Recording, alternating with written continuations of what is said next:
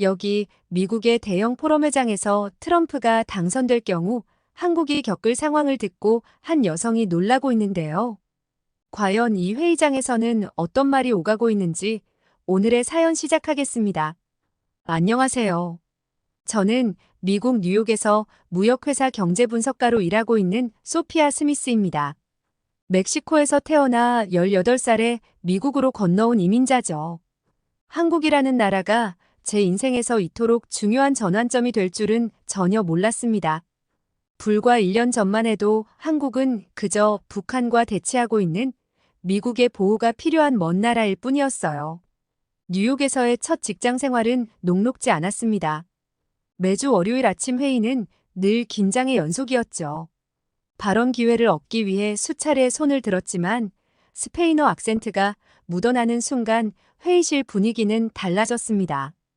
임원들은 미간을 찌푸렸고 동료들은 슬며시 시선을 피했어요. 고객 통화는 더욱 끔찍했습니다. 매일 아침 거울 앞에서 발음이 잘 안 되는 단어들을 반복해서 연습했지만 실전에서는 달랐죠. 전화기 너머로 들려오는 답답해하는 숨소리에 식은땀이 흘렀고 결국 통화 내용을 이메일로 다시 정리해 보내야 했습니다. 승진 심사 결과가 나왔던 그날도 잊을 수 없었어요. 제 실적은 부서 일이었고 야근도 마다하지 않았습니다. 하지만 인사팀의 평가는 냉정했죠. 고객 응대 능력 부족, 의사소통의 한계, 이런 말들 뒤에 숨은 진짜 이유는 분명했습니다. 멕시코 출신 이민자라는 사실이 제 커리어의 발목을 잡고 있었어요. 회의실을 나서며 동료 제시카가 건넨 위로의 말도 공허하게 들렸습니다. 그날 저녁 사무실 화장실 거울 속 제 모습은 처절해 보였죠. 하지만 울고 있을 시간이 없었습니다. 다음 날도 여전히 처리해야 할 보고서가 책상 위에 쌓여 있었으니까요. 특히 지하철에서 겪은 일은 아직도 선명히 기억납니다. 출근길 만원 지하철에서 통화하다 실수로 스페인어를 썼는데 옆자리 중년 남성이 여기가 멕시코인 줄 아느냐며 쏘아붙였죠. 순간 온몸이 굳었지만 대학원에서 배운 국제무역 이론을 떠올리며 깊게 심호흡했습니다. 이민자들이 미국 경제 발전에 기여한다는 걸 증명하는 연구 결과들이 떠올랐기 때문이에요. 회사에서도 저는 늘 120%의 노력을 기울였습니다. 실수하면 역시 이민자라서라는 평가를 들을까 두려웠거든요. 주말까지 반납하며 일했고 전문성을 키우기 위해 경제 분석 자격증도 따냈죠. 하지만 이런 노력에도 불구하고 미국에서의 삶은 늘 불안정했습니다. 그러던 어느 날 회사에서 한국 기업들의 무역 데이터를 분석하는 업무를 맡게 됐어요. 처음엔 단순히 숫자를 정리하는 일이었지만 시간이 지날수록 한국의 놀라운 성장세가 눈에 들어왔습니다. 반도체, 배터리, 조선업에서 세계를 선도하는 기술력이 인상적이었죠. 하지만 그때까지만 해도 한국은 그저 분석 대상인 먼 나라일 뿐이었습니다. 2024년 10월의 쌀쌀한 아침, 뉴욕의 금융가는 이례적으로 무거운 공기에 휩싸여 있었습니다. 트럼프의 지지율이 급상승하면서 무역업계 전반에 긴장감이 감돌았죠. 증권가의 모든 모니터에는 대선 관련 뉴스가 끊임없이 흘러나왔어요. 아침 9시 회사는 긴급 경영 전략 회의를 소집했습니다. 회의실 스크린에는 트럼프의 지지율 상승 그래프와 함께 각종 경제 지표들이 나열되어 있었죠. 임원진들은 한숨과 함께 자료를 넘기며 고개를 절레절레 흔들었어요. 오후 2시 컬럼비아 대학에 웅장한 로우 메모리얼 도서관 강연장으로 향했습니다. 평소라면 한가했을 시간이지만 오늘은 달랐죠. 강연 시작 30분 전부터 줄이 건물 밖까지 이어져 있었어요. 강연장 입구에서는 월스트리트의 분석가들이 서류 가방을 든 채 초조하게 발을 굴렀습니다. 그들 뒤로 경제지 기자들이 노트북을 품에 안은 채 서 있었고 투자회사의 임원들은 휴대폰을 들여다보며 한숨을 내쉬었죠. 로비의 대형 스크린에서는 CNN이 트럼프의 지지율 상승 소식을 전하고 있었어요. 강연장 안으로 들어서자 숨막히는 긴장감이 몰려왔습니다. 400석 규모의 강당은 이미 만석이었고 벽을 따라 서 있는 사람들의 숫자도 늘어갔죠. 앞줄에는 금융계 거물들이 자리 잡았고 그들의 비서진은 태블릿으로 실시간 지표들을 확인하고 있었어요. 청중석에서는 낮은 웅성거림이 끊이지 않았습니다. 누군가는 스마트폰으로 주가를 확인했고 또 다른 이들은 메모장에 급하게 무언가를 적어내려갔죠. 불안과 긴장이 뒤섞인 눈빛들이 서로를 스쳐 지나갔어요. 브라운 교수는 레이저 포인터로 스크린의 그래프를 가리켰습니다. 강연장의 조명이 어두워지고 스크린에는 미국과 한국의 무역 지표가 선명하게 비춰졌죠. 청중석에서는 연신 펜이 움직이는 소리가 바스락거렸어요. 교수의 분석은 냉정했습니다. 스크린에는 한국의 주요 수출 품목 데이터가 나타났고 반도체 점유율 그래프가 화면을 채웠죠. 그래프 위로 붉은색 경고선이 그어지면서 청중들의 숨소리가 더욱 무거워졌어요. 특히 주한미군 철수 가능성을 언급할 때는 강연장 전체가 얼어붙었습니다. 스크린에는 동북아 안보 지도가 펼쳐졌고 한반도의 지정학적 위치가 붉게 강조되었죠. 교수의 레이저 포인터가 한반도를 가리킬 때마다 청중석에서는 낮은 탄식이 흘러나왔어요. 노트북을 두드리던 기자들의 손가락도 멈췄습니다. 청중석 앞줄에 앉아있던 한국계 투자자들의 표정이 굳어졌고 뒷줄의 경제 분석가들은 서둘러 계산기를 두드리기 시작했죠. 강연장의 공기는 점점 더 무거워졌어요. 강연이 끝나자마자 회사에서 긴급 메시지가 도착했습니다. 미국의 반도체 지원법 정책 변화 가능성에 대비하라는 지시였죠. 책상 위 모니터에는 한국 기업들의 무역 데이터가 여전히 반짝이고 있었어요. 7번가를 지나는 지하철 어라인의 푸른 좌석에 기대 앉았습니다. 강연의 여운이 채 가시지 않은 상태에서 휴대폰을 꺼냈죠. CNN 앱의 알림이 연달아 울렸어요. 화면을 넘길 때마다 한반도 관련 뉴스가 쏟아져 나왔습니다. 북한 신형 ICBM 발사 성공 주장, 한국 증시, 안보 불안의 하락세 같은 헤드라인이 눈에 들어왔죠. 특히 위성사진 속 북한의 미사일 발사대 모습은 위압적이었어요. 맞은편에 앉은 월스트리트 직장인들도 비슷한 뉴스를 보고 있었습니다. 누군가는 고개를 절레절레 흔들었고 또 다른 이는 한숨을 내쉬었죠. 지하철이 어두운 터널을 지날 때마다 휴대폰 화면에 비친 뉴스 헤드라인이 더욱 선명하게 다가왔어요. BBC, 로이터, 블룸버그. 모든 외신이 한반도 정세를 집중 조명했습니다. 스크롤을 내릴수록 불안정, 위기, 도발이라는 단어들이 끊임없이 반복됐죠. 34번가 역을 지나는 동안 휴대폰 화면은 한반도 관련 뉴스로 가득 찼어요. 맨해튼의 화려한 야경이 지하철 창문을 스치고 지나갔습니다. 세계 금융의 심장부인 이곳에서 작은 반도 국가 하나의 운명이 흔들리고 있다는 게 실소를 자아냈죠. 미국의 도움 없이는 단 하루도 버티기 힘들 것 같은 나라가 이제 와서 핵무장을 고려한다니 이해가 되지 않았어요. 마치 어린아이가 어른의 장난감을 만지려 한다는 듯한 생각이 들었습니다. 북한의 위협 앞에서 수십 년간 미국의 보호를 받아온 나라였죠. 그들의 군사력이나 경제력이 독자 생존을 보장할 수 있을 거란 생각은 전혀 들지 않았어요. 브라운 교수의 분석은 그저 극단적인 가정처럼 느껴졌습니다. 한국이 핵무장을 한다고요? 미국의 우산 아래 평화롭게 지내던 나라가 북한의 도발 앞에서도 독자적인 대응. 한번 제대로 못하는 나라가 그런 생각을 하자 피식 웃음이 나왔죠. 현실성 없는 시나리오라고 치부하기로 했어요. 회색빛 사무실 아침, 책상 위의 모니터에는 한국의 무역 지표가 끝없이 펼쳐져 있었습니다. 엑셀 시트를 넘기던 중 옆자리의 마이크가 커피잔을 들고 다가왔죠. 그의 목소리에는 묘한 냉소가 묻어났어요. 29층 창밖으로 헛웃은 강이 희미하게 보이는 이 순간 마이크는 한국이 곧 중국의 속국이 될 것이라 단언했습니다. 무심코 고개를 끄덕이면서도 가슴 한켠이 묘하게 불편해졌죠. 마치 누군가를 함부로 판단한 것 같은 찜찜함이었어요.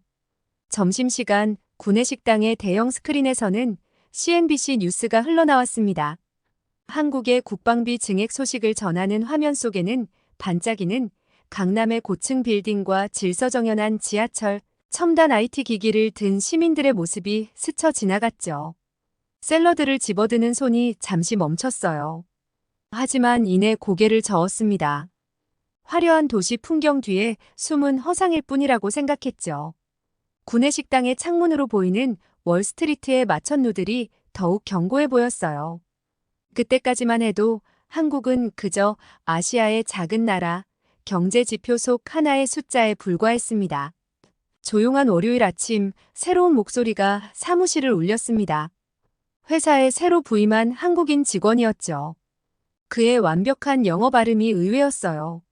정장 차림의 젊은 아시아 남성이 인사팀장과 함께 서 있었죠. 그의 옥스포드 셔츠 왼쪽 주머니에는 하버드 경영대학원 배지가 달려 있었어요.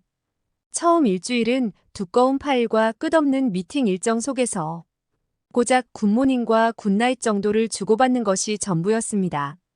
제 모니터에는 멕시코 무역 동향이, 그의 화면에는 한국 시장 분석 자료가 가득했죠. 서로 다른 시장을 들여다보며 바쁜 나날을 보냈어요. 변화는 월말 회의에서 시작됐습니다. CEO가 갑자기 아시아 시장 재편에 대한 특별 프로젝트를 지시했죠. 중국, 일본, 한국을 아우르는 거대한 분석 작업이었어요. 팀장은 멕시코 마이너스 미국 무역을 담당하던 저와 한국 시장 전문가인 민준을 한 팀으로 지정했습니다. 첫 프로젝트 회의는 어색했죠. 제 노트북에는 아시아 시장이 생소한 용어들로 가득했고 도쿄와 서울의 시차를 계산하는 것조차 혼란스러웠어요. 하지만 민주는 인내심 있게 설명해 주었습니다. 그의 설명은 명쾌했고 아시아 시장의 복잡한 퍼즐 조각들이 하나둘 맞춰지기 시작했죠. 밤샘 작업이 잦아지면서 자연스레 대화도 늘어났습니다. 야근 도시락을 나눠 먹으며 때로는 피곤한 눈을 비비며 차트를 들여다보는 시간이 쌓여갔어요. 어느새 우리는 단순한 동료 이상의 신뢰를 쌓아가고 있었죠. 웨스트 4번가의 작은 샌드위치 카페, 노천 테이블에 마주 앉은 우리의 점심시간은 늘 한국 이야기로 시작됐습니다. 그날도 민주는 태블릿을 꺼내들었죠. 화면에는 평택의 거대한 반도체 공장이 펼쳐져 있었어요. 햇살이 비치는 테이블 위로 민준이 보여주는 영상이 흘러갔습니다. 새하얀 방진복을 입은 엔지니어들, 첨단 장비들이 질비한 생산 라인, 세계 최초의 3나노 반도체. 공정 현장이 화면 속에서 살아 움직였죠. 민준의 목소리에는 자부심이 묻어났고 그의 눈빛은 평소보다 더욱 반짝였어요. 샌드위치를 먹는 중에도 태블릿의 화면은 계속 바뀌어 갔습니다.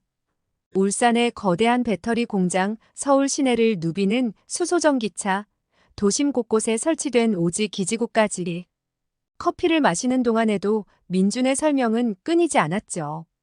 뉴욕의 늦가을 햇살 아래 제가 알던 약소국 한국의 이미지가 조금씩 허물어지고 있었어요. 길거리를 지나는 노란 택시들과 뉴욕의 마천루를 배경으로 태블릿 속 한국의 첨단 기술 영상들이 계속해서 흘러갔습니다. 점심시간은 짧았지만 그 시간 동안 펼쳐진 한국의 모습은 충분히 인상적이었죠. 특히 코로나 방역 시스템 영상은 충격적이었습니다. 미국이 록다운으로 혼란스러웠던 그 시기 한국은 첨단 기술로 바이러스와 맞서 싸우고 있었죠. 마스크 재고를 실시간으로 알려주는 앱 AI로 확진자의 동선을 추적하는 시스템. 저도 모르게 무릎을 치며 감탄사를 연발했어요. 가을비가 창밖을 적시는 어느 점심시간 민주는 한국의 국방 기술을 보여주었습니다. K9 자주포, KF-21 전투기, 세계 최고 수준의 군함 건조 기술까지. 제가 알던 미국의 보호가 필요한 약소국이라는 이미지가 빗방울처럼 씻겨내렸죠. 브라운 교수의 강연이 있었던 날과 같은 자리, 같은 시간이었지만 한국을 바라보는 제 시선은 이미 달라져 있었습니다. 태블릿 속에서 흘러나오는 한국의 모습들은 누군가의 보호가 필요한 나라가 아닌 당당한 기술 강국의 모습이었죠. 창밖으로 흐르는 빗줄기처럼 오랜 편견이 천천히 씻겨내리고 있었어요. 늦은 저녁 사무실의 불빛이 하나 둘 꺼져가는 시간이었습니다. 야근을 마치고 짐을 정리하던 민준이 조용히 입을 열었죠. 민준이 한국 귀국을 결심했다는 소식을 전했습니다. 트럼프의 재선 가능성이 높아지는 상황에서 오히려 한국에서 더 큰 기회를 찾을 수 있다고 판단했다는 거였죠. 그의 말을 듣자 묘한 감정이 밀려왔어요. 마치 내 미래를 보는 것 같은 기분이었습니다. 그의 모니터 화면에는 한국 대기업의 채용 공고가 띄워져 있었어요. 맨해튼의 밤거리가 형형색색으로 빛나는 창가에서 민주는 자신의 결정을 설명했습니다. 그의 책상 위에는 이미 정리된 서류들이 가지런히 놓여 있었고 벽에 걸려있던 하버드 졸업장도 조심스레 떼어내고 있었죠. 잠시 정적이 흘렀습니다. 야근하는 다른 직원들의 키보드 소리만이 희미하게 들려왔어요. 민준의 모니터에 비친 서울 전경이 마치 저를 부르는 것만 같았죠. 삼성, 현대, SK. 한국 대기업들의 로고가 스크린 위에서 반짝였습니다. 제 책상 위에는 트럼프의 지지율 상승을 알리는 뉴스 기사가 펼쳐져 있었어요. 그 옆으로 멕시코계 이민자 차별 사건을 다루는 기사도 보였습니다. 민준의 선택이 갑자기 선명하게 다가왔죠. 월요일 아침 9시 차가운 공기가 감도는 회의실에서 분기별 실적 보고가 시작됐습니다. 제가 준비한 보고서는 완벽했고 예측 모델은 정확도 98%를 기록했죠. 하지만 로버트 웨스트 부장의 눈빛은 이미 차가웠어요.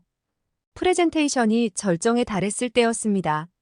로버트는 의자를 삐걱거리며 뒤로 젖히더니 마치 기다렸다는 듯 제 발표를 끊었죠. 회의실 공기가 순식간에 얼어붙었어요. 그의 입에서 나온 건 발표 내용과는 전혀 관계없는 말이었습니다. 우리 일자리가 멕시코 이민자들에게 넘어가고 있어. 이게 다 오바마 정부의 실책이야. 회의실 창밖으로는 뉴욕의 쾌청한 하늘이 펼쳐져 있었지만 실내는 겨울보다 차가웠죠. 로버트는 일부러 제 보고서를 덮으며 트럼프의 지지율 뉴스 기사를 화면에 띄웠어요. 임원들은 고개를 떨구었고 동료들의 시선은 책상 위를 맴돌았습니다. 6개월간 야근을 거듭하며 준비한 제 보고서는 그의 소나기에서 구겨졌죠. 로버트의 입가에는 승리자의 미소가 걸려 있었어요. 그는 마치 사냥감을 노리는 맹수처럼 제 반응을 지켜보고 있었습니다. 11년간 쌓아온 제 커리어가 단 한순간에 부서져가는 것을 즐기듯이 말이죠. 다음 날 아침 회의실은 더욱 냉랭했습니다. 로버트는 최고급 이탈리안 수트 차림으로 회의실 중앙에 앉아 마치 제국의 황제처럼 뒤로 기대앉아 있었죠. 민준이 한국 시장 분석 발표를 시작하자 그의 입가에 비웃음이 번졌어요. 민준의 발표는 완벽했습니다. 한국의 반도체 기술이 세계 시장을 선도하고 있다는 분석이었죠. 하지만 로버트는 마우스를 손가락으로 튕기며 지루하다는 듯 하품을 했어요. 그러더니 갑자기 발표 화면을 끄고 트럼프의 연설 동영상을 틀었습니다. 회의실 스크린에는 동맹국 방위비 분담금을 비판하는 트럼프의 모습이 가득 찼습니다. 로버트는 마치 지휘자처럼 손가락을 까딱이며 영상에 맞춰 고개를 끄덕였죠. 민준의 얼굴이 굳어갔고 그의 손에 들린 레이저 포인터가 미세하게 떨리기 시작했어요. 특히 충격적이었던 건 로버트가 일부러 민준의 보고서를 구겨 휴지통에 던지는 모습이었습니다. 마치 한국이라는 나라 전체를 휴지통에 버리는 것처럼 보였죠. 회의실의 공기는 순식간에 얼어붙었고 참석자들의 시선은 바닥을 향했어요. 로버트의 오만한 웃음소리가 회의실을 가득 채웠습니다. 그의 목소리에는 승리자의 오만함과 약자를 향한 조롱이 뒤섞여 있었죠. 회의실 공기가 얼어붙었습니다. 민준을 향한 로버트의 시선이 차가웠고 저를 향한 그의 눈빛은 더욱 날카로웠죠. 무역 데이터를 설명하는 동안에도 그의 태도는 변함이 없었어요. 소피아, 당신 발음이 여전히 문제야. 고객들이 불편해하고 있다고. 29층 구내식당의 유리창 너머로 맨해튼의 스카이라인이 펼쳐진 점심시간이었습니다. 식당 한켠에서 로버트와 그의 측근들이 자리를 잡았죠. 그들의 목소리는 의도적으로 크게 울렸고 주변 테이블의 공기는 순식간에 얼어붙었어요. 민준과 저는 창가 자리에 앉아 있었습니다. 제 앞접시에는 집에서 가져온 멕시칸 샐러드가, 민준의 그릇에는 김치 도시락이 놓여 있었죠. 평소라면 서로의 음식을 나누며 즐겁게 이야기를 나눌 시간이었어요. 그때였습니다. 로버트의 목소리가 식당 전체에 울려 퍼졌습니다. 그는 일부러 우리 쪽을 힐끗거리며 목소리를 높였죠. 주변 테이블의 대화가 일제히 멈췄고 몇몇 동료들은 서둘러 식판을 들고 자리를 떴어요. 민준의 도시락 위로 드리워진 그림자처럼 그의 표정이 어두워졌습니다. 젓가락을 든 손이 미세하게 떨렸죠. 제 손 역시 주먹을 꽉 쥐고 있었어요. 멕시칸 샐러드의 붉은 토마토가 마치 제 분노처럼 선명해 보였습니다. 그의 모습을 바라보며 묘한 감정이 차올랐습니다. 11년 전 18살의 제가 처음 미국에 발을 디뎠을 때의 희망과 설렘이 무색해졌죠. 이곳이 정말 제가 있어야 할 곳일까? 민준의 선택이 다시 한번 떠올랐어요. 그러던 어느 날 우리는 우연히 로버트의 과거를 알고 깜짝 놀라서요. 우연히 로버트의 과거를 알게 되었습니다. 인사팀 캐롤이 무심코 건넨 이야기였죠. 88년 월가의 검은 월요일, 로버트의 가족은 하루아침에 모든 것을 잃었다는 거였어요. 로버트는 당시 16살이었습니다. 아버지는 주식 폭락으로 파산했고 어머니는 우울증으로 쓰러졌죠. 집도 잃고 학교도 그만둬야 했던 그는 피자 가게 배달부터 시작해 월가까지 기어올랐다고 했어요. 캐롤의 말은 계속 이어졌습니다. 2008년 금융위기 때는 겨우 차장까지 올랐던 로버트가 또다시 무너질 뻔했다고 했죠. 외국계 금융사들이 미국 시장을 흔들었다며 그때부터 그의 외국인 혐오가 시작됐다는 거였어요. 모든 것을 잃은 어린 시절의 트라우마가 그를 저렇게 만들었다고. 인사팀. 캐롤의 이야기를 듣고 나서도 씁쓸함만 커져갔습니다. 하지만 이해할 수 없었습니다. 수많은 사람들이 그때 모든 것을 잃었고 2008년 금융위기 때도 많은 이들이 무너졌죠. 그들 모두가 로버트처럼 된 건 아니었어요. 상처는 이해가 되지만 그 상처로 다른 이들에게 상처를 주는 것은 정당화될 수 없었습니다. 사무실 창가에 서서 뉴욕의 황혼을 바라보며 생각했습니다.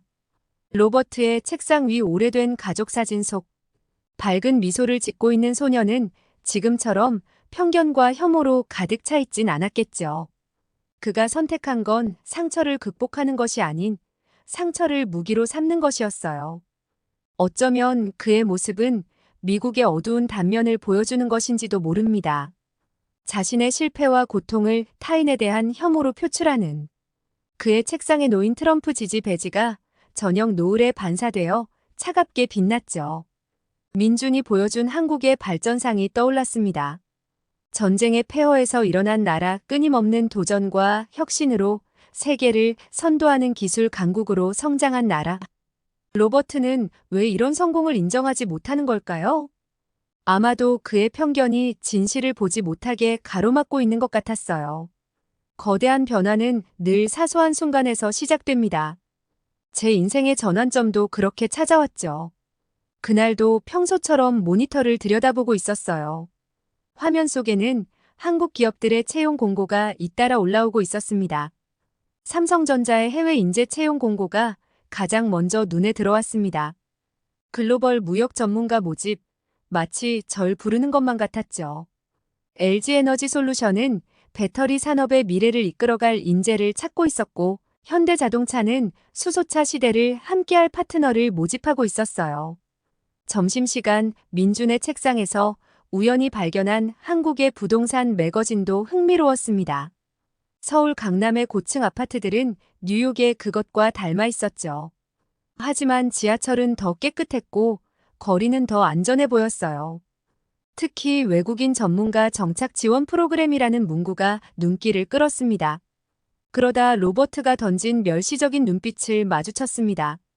멕시코로 돌아가지 그래? 그의 비아냥거림이 사무실에 울렸죠. 하지만 이번엔 달랐어요. 제 시선은 이미 다른 곳을 향하고 있었으니까요. 그날 밤 늦게까지 회사에 남아 한국 기업들의 정보를 찾아보았습니다. 반도체, 배터리, 인공지능. 미래 산업의 중심에 한국이 있었죠. 창밖 맨해튼의 불빛이 반짝이는 동안 머릿속에는 서울의 스카이라인이 그려지고 있었어요. 민중과 나눈 대화가 떠올랐습니다. 한국은 능력 있는 외국인에게 기회의 땅이에요. 인종이나 국적보다 실력을 중요하게 생각하죠. 그의 말은 단순한 위로가 아닌 새로운 가능성을 향한 초대장처럼 느껴졌어요. 드디어 미국 대선 발표 결과가 나왔고 CNN의 앵커는 떨리는 목소리로 트럼프의 당선을 알렸습니다. 엘리베이터에 오르는 순간 블룸버그 앱의 알림이 연이어 울렸죠. 한국 코스피 지수가 사상 최대 낙폭을 기록했다는 속보였어요. 29층으로 향하는 동안 엘리베이터는 무거운 침묵으로 가득했습니다. 멕시코계 청소부 마리아는 평소와 달리 고개를 푹 숙인 채 구석에 서 있었고 중국인 회계사리는 손톱을 바득바득 깨물고 있었죠. 브라운 교수의 예측이 현실이 되어가는 순간이었어요. 사무실 문을 열자마자 역겨운 광경이 펼쳐졌습니다. 로버트는 자신의 책상 위에 트럼프 지지 피켓을 올려두고 당선 연설 동영상을 최대 볼륨으로 틀어놓은 채 의자를 왔다 갔다 흔들고 있었죠. 그의 입가에는 승리자의 오만한 미소가 걸려 있었고 책상 위에는 샴페인까지 준비되어 있었어요. 특히 참을 수 없었던 건 이민자 동료들이 지나갈 때마다 일부러 더 크게 볼륨을 높이는 그의 모습이었습니다. 히스패닉계 동료 카를로스가 프린터기를 지나갈 때는 아예 일어서서 연설 내용 중 이민자 단속 강화 부분을 따라 외치기까지 했죠. 마치 사냥감을 향해 으르렁거리는 맹수처럼 그의 눈빛에는 저기가 가득했어요. 한숨을 쉬며 제 모니터를 켰습니다. 화면에는 한국의 무역 데이터가 펼쳐져 있었죠. 반도체, 철강, 배터리. 트럼프의 당선으로 이 모든 산업이 타격을 받을 거란 전망이 쏟아졌어요. 하지만 묘하게도 이런 위기 상황에서도 한국 기업들의 기술력은 여전히 빛나 보였습니다. 문득 민중과 나눴던 대화가 떠올랐습니다. 한국은 위기에 강한 나라예요. IMF 때도 그랬고 코로나 시기에도 그랬죠. 그의 말처럼 어쩌면 이 위기가 오히려 기회가 될 수도 있지 않을까요? 트럼프의 당선으로 미국에서의 제 미래가 불확실해진 지금 오히려 한국에서 새로운 가능성을 찾아보고 싶어졌어요. 저는 지금 조용히 한국 기업들의 채용 정보를 검색해 보았습니다. 세계적인 기업들이 글로벌 인재를 찾고 있었죠. 제 경력과 실력으로 도전해 볼 만하다는 생각이 들었어요. 이제는 더 이상 망설이지 않으려고 합니다. 이곳에서 차별과 편견에 시달리며 불안한 미래를 기다리는 것보다 한국에서 새로운 도전을 시작하고 싶어요. 한국 분들 저를 많이 응원해 주세요. 다음 사연 시작하겠습니다. 최근 에릭 슈미트 전 구글 CEO가 스탠포드 대학에서 했던 강의 동영상이 유튜브에서 갑자기 삭제가 돼 큰 화제가 되었는데요. 과연 강의실에서는 어떤 이야기가 오갔는지 오늘의 사연 시작하겠습니다. 안녕하세요. 저는 미국 스탠포드 대학교에 다니고 있는 엘리엇이라고 합니다. 저는 어릴 적부터 컴퓨터를 다루는 프로그램에 관심이 많았어요. 그래서 대학교에 와서도 자연스럽게 컴퓨터와 관련된 전공 수업을 많이 듣게 되더라고요. 그런데 최근 들어 AI 기술이 발달하면서 저와 관심사가 비슷한 친구들이 많아졌고 제가 선택하려 한 전공의 경쟁이 치열해졌어요. 그러던 어느 날 우리 학교에서 특별한 강연이 열린다는 소식을 들었습니다. 바로 에릭 슈미트 전 구글 CEO의 강연이었죠. AI와 미래 기술에 대한 강연이라니 놓칠 수 없는 기회였습니다. 저는 친구들과 함께 강연장으로 향했어요. 강연장에 도착하자 이미 많은 학생들로 가득 차 있었습니다. 앞줄에 자리를 잡고 앉아 기다리고 있는데 문득 제 옆자리에 앉은 한 여학생이 눈에 띄었어요. 그녀는 한국에서 온 유학생 수지였습니다. 수지는 노트북을 열고 뭔가를 열심히 적고 있었죠. 강연이 시작되고 에릭 슈미트는 AI 기술의 미래와 그것이 가져올 변화에 대해 열정적으로 이야기했습니다. 슈미트는 AI 시대는 거대한 돈의 전쟁이자 돈의 노름이 될 것이라며 현실적으로 이를 주도할 수 있는 나라는 미국과 중국뿐이라고 말했습니다. 그러나 그는 곧바로 한국을 언급하며 눈길을 끌었죠. 하지만 주목해야 할 나라가 있습니다. 바로 한국입니다.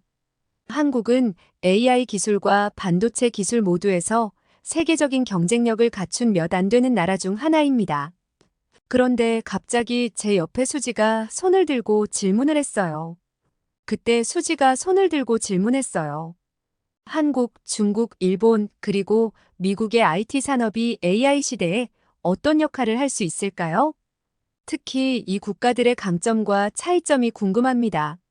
수지의 질문에 슈미트는 미소를 지으며 대답했습니다. 미국과 중국이 AI 기술을 주도하고 있지만 한국은 이들을 빠르게 추격하고 있습니다. 한국은 AI와 반도체 분야에서 놀라운 성장을 보이고 있죠. 네이버와 카카오는 이미 글로벌 시장에서 혁신적인 AI 서비스로 주목받고 있으며 삼성과 SK하이닉스는 세계 반도체 시장을 석권하고 있습니다.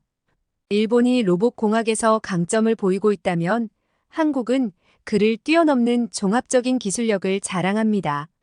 세계 최고 수준의 인터넷 인프라, 5G 기술의 선제적 상용화, 그리고 창의적이고 열정 넘치는 젊은 인재들. 이 모든 것이 한국을 AI 시대의 혁신적인 게임 체인저로 만들고 있습니다. 특히 주목할 만한 점은 한국의 빠른 적응력과 혁신 속도입니다. 다른 나라들이 AI 도입을 고민할 때 한국은 이미 실생활에 AI를 접목시키고 있죠. 한국의 AI 기술은 의료, 교육, 금융 등 다양한 분야에서 혁명을 일으키고 있습니다. 제 생각에는 향후 10년 안에 한국이 AI 기술의 새로운 표준을 제시하게 될 것입니다. 한국의 기술력과 혁신 정신이 결합된다면 그 어떤 나라도 따라올 수 없는 독보적인 위치에 오를 겁니다. 한국은 단순히 AI 시대의 참여자가 아닌 리더가 될 것입니다. 슈미트의 열정적인 설명에 강연장 전체가 술렁였습니다. 수지의 질문과 슈미트의 대답을 들으며 저는 갑자기 한국에 대한 관심이 생겼어요. 강연이 끝나고 사람들이 빠져나가는 동안 저는 용기를 내어 수지에게 말을 걸었죠. 안녕하세요. 옆자리에 앉아있던 엘리엇이에요. 질문 정말 인상적이었어요. 한국에서 오셨나 봐요? 수지는 환하게 웃으며 대답했습니다. 네, 맞아요. 한국에서 온 유학생이에요. 엘리엇 씨도 AI에 관심이 많나 봐요? 네, 그래서 이 강연을 듣게 됐어요. 근데 한국의 IT 산업이 이렇게 발전했다는 건 처음 알았어요. 더 자세히 알고 싶은데 혹시 다음에 시간 되실 때 이야기 나눌 수 있을까요? 수지는 고개를 끄덕이며 말했습니다. 그럼요. 저도 한국의 기술 발전에 대해 이야기 나누고 싶었어요. 다음 주에 CS 스터디 그룹 모임이 있는데 거기 와보는 건 어떨까요? IT에 관심 있는 학생들이 모이거든요. 정말요? 그거 좋네요. 꼭 가볼게요. 저는 기쁜 마음으로 대답했습니다. 그렇게 우리는 연락처를 교환했고 이것이 제 인생의 새로운 시작이 될 줄은 그때는 몰랐습니다. 수지와 연락처를 교환한 후 저는 일주일을 간신히 버텼어요. 매일 밤 수지에게 메시지를 보내고 싶은 충동과 싸우며 대신 한국의 IT 산업과 AI 기술에 대해 공부하는데 시간을 썼죠. 유튜브에서 한국 테크 기업들의 홍보 영상을 찾아보고 네이버와 카카오의 최신 AI 프로젝트들에 대한 기사를 읽었어요. CS 스터디 그룹 모임 날짜가 다가올수록 설렘과 긴장이 교차했죠. 전날 밤에는 너무 긴장한 나머지 한국어로 안녕하세요를 연습하다 잠들어 버렸어요. 아침에 일어나 보니 책상 위에 한국어 인사말이 잔뜩 적힌 종이가 널브러져 있더라고요. 드디어 그날이 왔고 저는 모임 장소인 공학관 스터디룸으로 향했습니다. 가는 길에 우연히 아이작을 마주쳤어요. 그가 저에게 어디 가는 중이냐고 묻더라고요. 저는 CS 스터디 그룹 모임에 가는 길이라고 대답했죠. 아이작은 조금 의아한 표정으로 저를 보면서 제가 원래 그런 모임에 잘 참석하지 않았다는 걸 떠올리는 듯 했어요. 저는 잠시 망설이다가 이번엔 특별한 경우라고 설명했어요. 그러자 그는 눈을 가늘게 뜨며 혹시 그 한국 유학생 때문이 아니냐고 물었어요. 얼굴이 뜨거워지는 게 느껴졌지만 저는 단순히 AI에 대해 더 배우고 싶다고 대답했어요. 아이작은 그저 웃으며 재미있게 다녀오라고 말했어요. 그와 헤어진 뒤 저는 발걸음을 재촉해 공학관으로 향했어요. 문 앞에 도착하자 잠시 멈춰서서 심호흡을 하고 옷매무새를 가다듬었어요. 괜찮아, 엘리엇. 넌 할 수 있어. 속으로 스스로를 다독이며 떨리는 손으로 문을 열었어요. 이미 많은 학생들이 모여 있었고 그 순간 수지가 저를 발견하고 손을 흔들었죠. 그녀의 밝은 모습에 긴장이 풀리며 저도 자연스럽게 미소를 지으며 수지 쪽으로 걸어갔습니다. 모임이 시작되고 학생들은 차례로 자신이 관심 있는 IT 분야에 대해 이야기했어요. 제 차례가 왔을 때 저는 조금 긴장된 목소리로 말했습니다. 저는 AI의 윤리적 측면에 관심이 많아요. 특히 AI가 의사결정을 할 때 발생할 수 있는 편향성 문제에 대해 연구해보고 싶어요.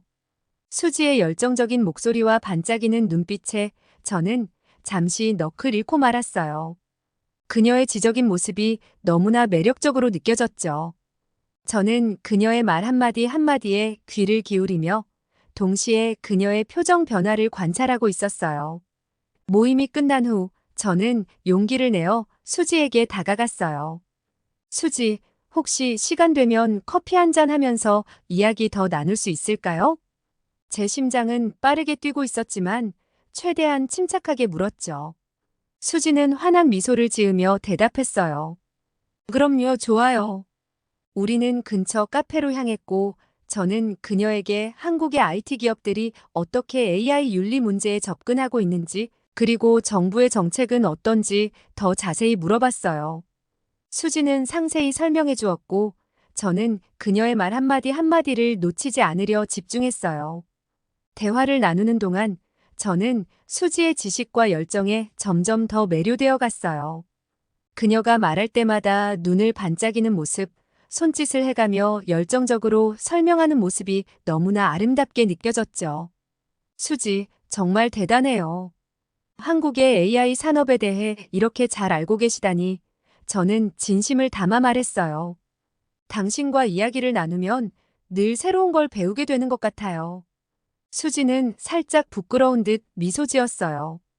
고마워요, 엘리엇. 저도 당신과 이야기하는 게 즐거워요.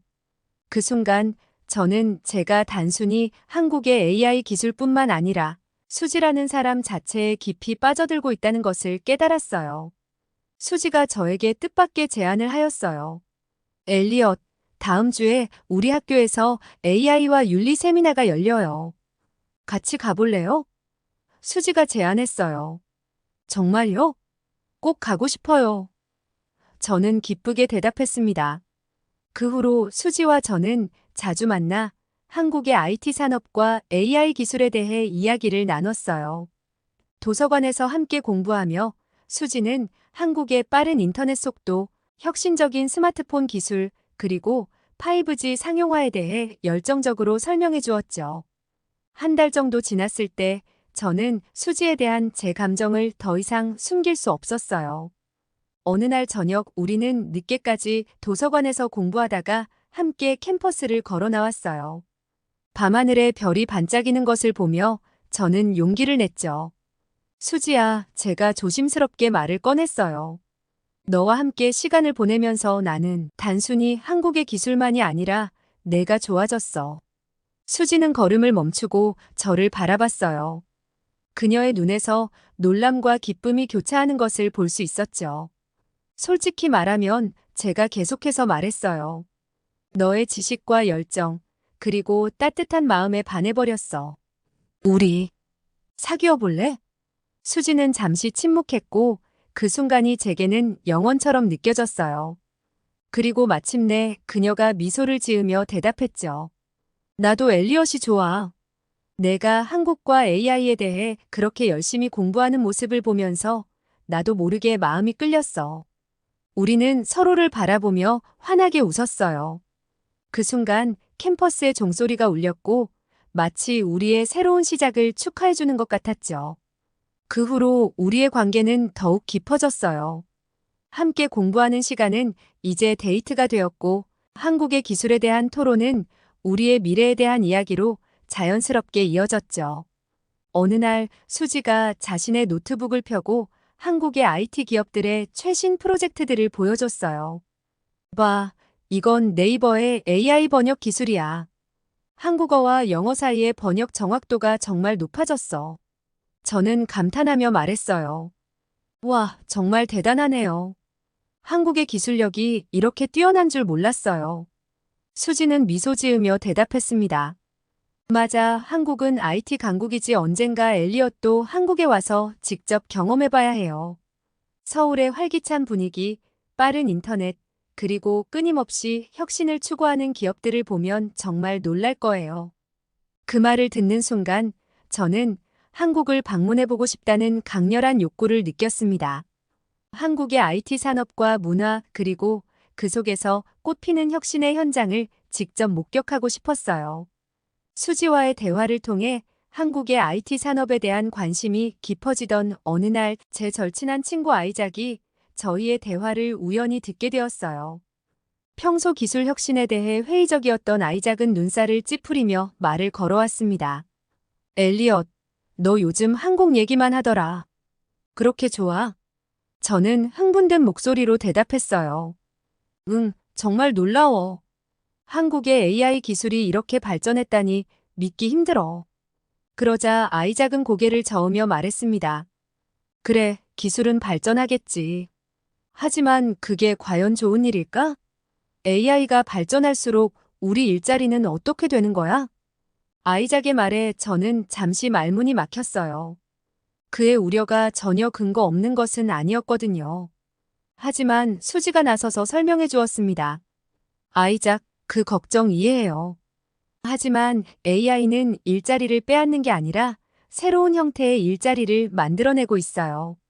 한국에서는 AI 기술자, 데이터 분석가 같은 새로운 직종이 늘어나고 있답니다. 아이작은 여전히 의심스러운 눈빛으로 말했어요. 그래도 위험해. 너무 빠르게 변하고 있어. 우리가 따라갈 수 있을까? 그 순간 저는 아이작의 걱정이 단순한 기술 혐오가 아니라 미래에 대한 불안감에서 비롯된 것임을 깨달았습니다. 저는 조심스럽게 말을 꺼냈어요. 아이작, 내 걱정 이해해. 하지만 우리가 이 변화를 두려워하기보다는 적응하고 이해하려 노력해야 하지 않을까? 수지가 말한 것처럼 새로운 기회도 분명 있을 거야. 아이작은 잠시 생각에 잠기더니 말했습니다. 글쎄, 난 여전히 의심스러워. 너희들처럼 낙관적일 순 없어. 그날 이후로 아이작은 종종 저와 수지가 AI와 한국의 기술에 대해 이야기할 때마다 비판적인 의견을 제시했어요. 때로는 그의 지적이 날카롭고 의미 있었지만 가끔은 지나치게 부정적으로 느껴지기도 했습니다. 어느 날 아이작이 저에게 조용히 말을 걸어왔어요. 엘리엇, 난 내가 수지에게 너무 빠져드는 것 같아 걱정돼. 그리고 한국에 대한 환상을 갖고 있는 것 같아. 저는 깜짝 놀라 반문했습니다. 무슨 소리야? 난 그저 한국의 기술에 관심이 있을 뿐이야. 아이작은 한숨을 쉬며 말했어요. 넌 모르겠지만 난 내가 객관성을 잃어가는 게 보여. 그 꿈을 쫓다가 현실을 놓치지 않았으면 좋겠어. 그의 말에 저는 잠시 할 말을 잃었습니다. 정말 제가 현실을 놓치고 있는 걸까요? 아니면 아이작이 지나치게 걱정하는 걸까요? 이런 생각들이 제 마음속에서 혼란스럽게 맴돌았습니다. 아이작의 말이 제 마음 한구석에 걸렸지만 저는 여전히 한국의 AI 산업에 대한 관심을 포기할 수 없었어요. 오히려 더 깊이 알아보고 싶다는 욕구가 커졌죠. 수지와 저는 거의 매일 도서관에서 만나 공부하며 토론을 이어갔습니다. 어느 날 수지가 흥분된 목소리로 말했어요. 엘리엇, 큰 소식이 있어요.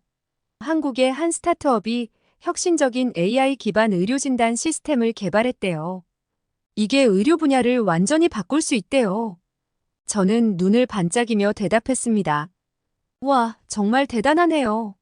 그 기술에 대해 더 자세히 알고 싶어요. 우리는 그 기술에 대해 깊이 있게 공부하기 시작했어요. 의료 AI가 어떻게 작동하는지, 어떤 윤리적 문제가 있을 수 있는지, 그리고 이 기술이 전 세계적으로 어떤 영향을 미칠 수 있는지에 대해 열띤 토론을 벌였죠. 그러던 중 저는 문득 아이디어가 떠올랐어요. 수지, 우리가 이 기술을 바탕으로 새로운 프로젝트를 시작하면 어떨까요? 의료 AI의 윤리적 가이드라인을 만드는 거예요. 수지의 눈이 반짝였습니다. 그거 정말 좋은 생각이에요. 한국의 사례와 미국의 상황을 비교 분석하면 재미있는 결과가 나올 것 같아요. 우리는 즉시 프로젝트 계획을 세우기 시작했어요. 매일 밤늦게까지 연구하고 토론하며 프로젝트를 진행했죠. 때로는 의견 충돌도 있었지만 그 과정에서 우리는 서로를 더 깊이 이해하게 되었습니다. 한 달 후 우리의 프로젝트는 예상 이상의 성과를 거두었어요. 학과 교수님께서 우리의 연구에 관심을 보이셨고, 심지어 한국의 AI 윤리위원회에 우리의 가이드라인을 제출해보라고 제안하셨습니다. 이 과정에서 저는 한국의 IT 기업들이 얼마나 빠르게 혁신을 이뤄내고 있는지, 그리고 그들이 어떻게 윤리적 문제에 접근하고 있는지 더 깊이 이해하게 되었어요. 동시에 미국과 한국의 기술 발전 방식의 차이점도 알게 되었죠. 수지와 함께 일하면서 저는 점점 더 한국에서 일해보고 싶다는 생각이 들었어요. 한국의 역동적인 IT 환경에서 제 아이디어를 실현해 볼 수 있지 않을까 하는 꿈이 자라나기 시작했습니다. 그러나 여전히 아이작의 우려가 제 마음 한구석에 남아 있었어요. 과연 제가 객관성을 잃고 있는 걸까요? 아니면 이것이 제 미래를 위한 올바른 길일까요? 이런 고민 속에서도 저는 한국의 AI 산업에 대한 열정을 포기할 수 없었습니다. 프로젝트를 마무리하고 얼마 지나지 않아 저는 인생을 바꿀 만한 기회를 얻게 되었어요. 수지가 제게 한국의 유명 IT 기업에서 여름 인턴십 프로그램을 진행한다는 소식을 전해준 거죠. 엘리엇, 이거 봐요. 네이버에서 글로벌 인턴을 모집한대요. AI 윤리 분야에도 자리가 있어요. 우리가 했던 프로젝트가 딱 맞을 것 같아요. 수지의 말을 듣자마자 저는 복잡한 감정에 휩싸였어요. 한편으로는 흥분되었지만 다른 한편으로는 걱정이 되었죠. 한국에 가게 되면 수지와 떨어져야 한다는 생각에 마음이 무거워졌어요. 하지만 수지가 먼저 이 기회를 알려주고 지원을 권유한 것을 보니 그녀가 저를 진심으로 응원해주고 있다는 걸 느낄 수 있었어요. 수지야, 정말 좋은 기회 같아. 하지만 난 너와 떨어지고 싶지 않아. 제가 솔직하게 말했어요. 수지는 따뜻한 미소를 지으며 대답했죠. 엘리엇, 이건 정말 큰 기회야. 나도 너와 떨어지고 싶지 않지만 이런 경험은 쉽게 오지 않아. 넌 꼭 지원해봐야 해. 우리는 이걸 극복할 수 있을 거야. 수지의 응원에 용기를 얻어 저는 흥분된 마음으로 지원서를 작성했어요. 물론 여전히 불안감도 있었습니다. 과연 제가 한국에서 잘 적응할 수 있을까? 언어의 장벽은 어떻게 극복할 수 있을까? 이런 고민들이 꼬리를 물었죠. 하지만 수지의 격려를 생각하며 앞으로 나아갔습니다. 며칠 후 놀랍게도 저는 1차 서류 전형에 통과했다는 소식을 받았어요. 이제 화상 인터뷰만 남은 상태였죠. 수지는 저를 위해 한국 기업 문화와 인터뷰 팁을 알려주며 열심히 도와주었습니다. 인터뷰 당일 저는 긴장된 마음으로 컴퓨터 앞에 앉았어요. 화면 너머로 한국인 면접관 두 분이 보였습니다. 그들은 제 프로젝트에 대해 굉장히 흥미로워했고 AI 윤리에 대한 제 견해를 열심히 들어주셨어요. 인터뷰가 끝나고 일주일 후 저는 최종 합격 통보를 받았습니다. 정말 믿을 수 없었어요. 제가 정말로 한국에 가서 일하게 된 거예요. 축하해요, 엘리엇. 정말 대단해요. 수지가 기쁜 목소리로 말했어요. 그녀의 진심 어린 축하를 들으니 제가 내린 결정이 옳았다는 확신이 들었습니다. 비록 잠시 떨어져 있게 되겠지만 우리의 관계는 이 경험을 통해 더욱 강해질 거라고 믿었어요. 그러나 이 소식을 들은 아이작의 반응은 달랐어요. 정말 가려고? 넌 한국어도 못하잖아. 거기서 어떻게 살 생각이야? 저는 아이작의 걱정을 이해했지만 이번 기회를 놓치고 싶지 않았어요. 걱정 고마워, 아이작. 하지만 이건 정말 좋은 기회야. 내가 꿈꾸던 일을 할 수 있는 기회라고. 한국행을 준비하면서 저는 점점 더 흥분되기 시작했어요. 세계적인 IT 기업에서 일하면서 한국의 문화를 직접 경험할 수 있다니 정말 꿈만 같았죠. 물론 걱정도 있었지만 그보다는 새로운 도전에 대한 기대가 컸어요. 서울로 출발하기 일주일 전 저는 흥분된 마음을 진정시키려 스마트폰을 들고 SNS를 훑어보고 있었어요. 그때 갑자기 제 눈을 의심할 만한 소식을 접하게 되었습니다. 에릭 슈미트 전 구글 CEO의 스탠포드 대학 강연 영상 유튜브에서 삭제돼. 저는 깜짝 놀라 기사를 클릭했어요. 기사에 따르면 제가 들었던 바로 그 강연의 영상이 유튜브에서 갑자기 삭제되었다는 거예요. 이유는 명확하지 않았지만 슈미트의 일부 발언이 논란을 일으켰다는 추측이 있었죠. 즉시 수지에게 메시지를 보냈어요. 수지, 이 소식 봤어? 슈미트의 강연 영상이 삭제됐대. 수지의 답장이 곧바로 왔습니다. 네, 저도 방금 봤어요. 정말 이상하죠? 그 강연이 우리에게 얼마나 중요했는지 생각하면 믿기지 않아요. 우리는 이 소식에 대해 한참 동안 대화를 나눴어요. 그 강연이 우리에게 미친 영향, 그리고 AI와 기술의 발전이 우리 사회에 미치는 영향에 대해 깊이 있게 이야기했죠. 일주일 후면 한국에 가겠네요. 인턴십 시작하기 전에 적응할 시간은 충분해요? 수지가 물었어요. 응, 다행히 회사에서 2주 정도의 적응 기간을 줬어. 그동안 숙소도 정하고 한국 생활에 적응할 수 있을 것 같아. 다행이네요. 한국에 도착하면 꼭 연락해주세요. 여기서 응원하고 있을게요. 고마워, 수지. 내가 한국에 대해 많이 알려줘서 정말 도움이 됐어. 인턴십 하는 동안 계속 연락할게. 이 사건은 제가 한국으로 떠나는 결심을 더욱 굳건하게 만들었어요. AI와 기술의 발전이 우리 사회에 미치는 영향을 더 깊이 이해하고 싶다는 욕구가 커졌거든요. 앞으로 일주일 동안 저는 한국행 준비를 마무리하고 인턴십에 필요한 자료들을 검토하며 시간을 보냈습니다. 여행 가방을 꾸리면서 제 마음은 설렘과 아쉬움으로 가득 찼어요. 한국에서의 새로운 경험과 도전이 저에게 어떤 새로운 통찰을 가져다 줄지 정말 기대되었지만 동시에 수지와 떨어져 있어야 한다는 사실이 마음에 걸렸죠. 짐을 싸면서 저는 수지와 함께 찍은 사진을 조심스럽게 넣었어요. 그 사진을 보며 한국에서 보낼 시간 동안 그녀를 얼마나 그리워할지 생각했습니다. 하지만 이내 마음을 다잡았죠. 이번 경험이 우리 둘 다에게 성장의 기회가 될 거라고 믿었으니까요. 한국어 공부도 게을리하지 않았어요. 매일 밤 잠들기 전 기본적인 한국어 회화를 연습했죠. 안녕하세요, 감사합니다. 이것 좀 도와주세요와 같은 문장들을 반복해서 의존했어요. 수지가 가르쳐준 한국 문화에 대한 팁들도 머릿속에 새겼고요. 출발 전날 밤 수지와 영상 통화를 했어요. 엘리엇, 한국에서 정말 좋은 경험 쌓고 와요. 난 여기서 항상 응원하고 있을게요. 수지의 따뜻한 말에 저는 용기를 얻었어요. 고마워, 수지. 너와 다시 만날 날을 기다리며 열심히 지낼게. 한국에서 배운 모든 걸 너와 나누고 싶어. 전화를 끊고 나서 저는 창밖을 바라보며 생각에 잠겼어요. 한국에서 보낼 3개월. 그 시간 동안 저는 세계 최고의 IT 기업에서 일하며 새로운 기술을 배우고 다양한 문화를 경험하고 제 역량을 키우게 될 거예요. 그리고 그 모든 경험을 안고 수지에게 돌아올 날을 생각하니 가슴이 벅차올랐습니다. 기다려, 수지.